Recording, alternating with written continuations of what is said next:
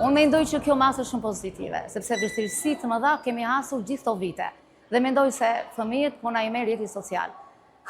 TikTok-un veçanërisht u merr kohën e çmuar. Ata rinë tër natën pa gjumë. Ata na vinë dhe na flenë orë mësimi, pavarësisht se ne u ambledhim telefonat.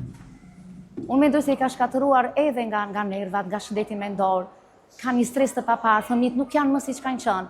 Të kthejnë përgjigje të, nuk e di, të pa imagjinueshme, nuk kanë atë normën që kanë mësuesin përballë.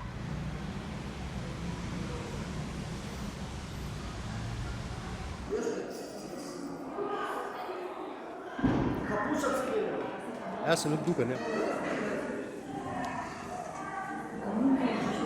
Atëherë jam plotësisht pro e mbylljes, madje mund ta konsideroj që është si rast i vonuar, sepse duke pasur parasysh realitetin që po shikojmë shumë ngjarje jo të këndshme, si në ambientet e shkollës, si jashtë shkolle.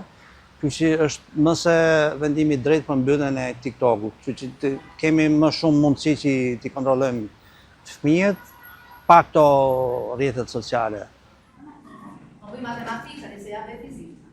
Atëherë, dinë që 17, ju do gjeni sa bën 0 versus 17 që shumëson, është e lehtë. Ka nevojë. Mbyllja e TikTok-ut bëhet tërësisht për arsye politike, pak ditë përpara zgjedhjeve, për të dëmtuar opozitën dhe për shumë arsye të tjera që ndikojnë në biznese, censurën e fjalës, mendimin e lirë, kështu që është tërësisht një veprim politik.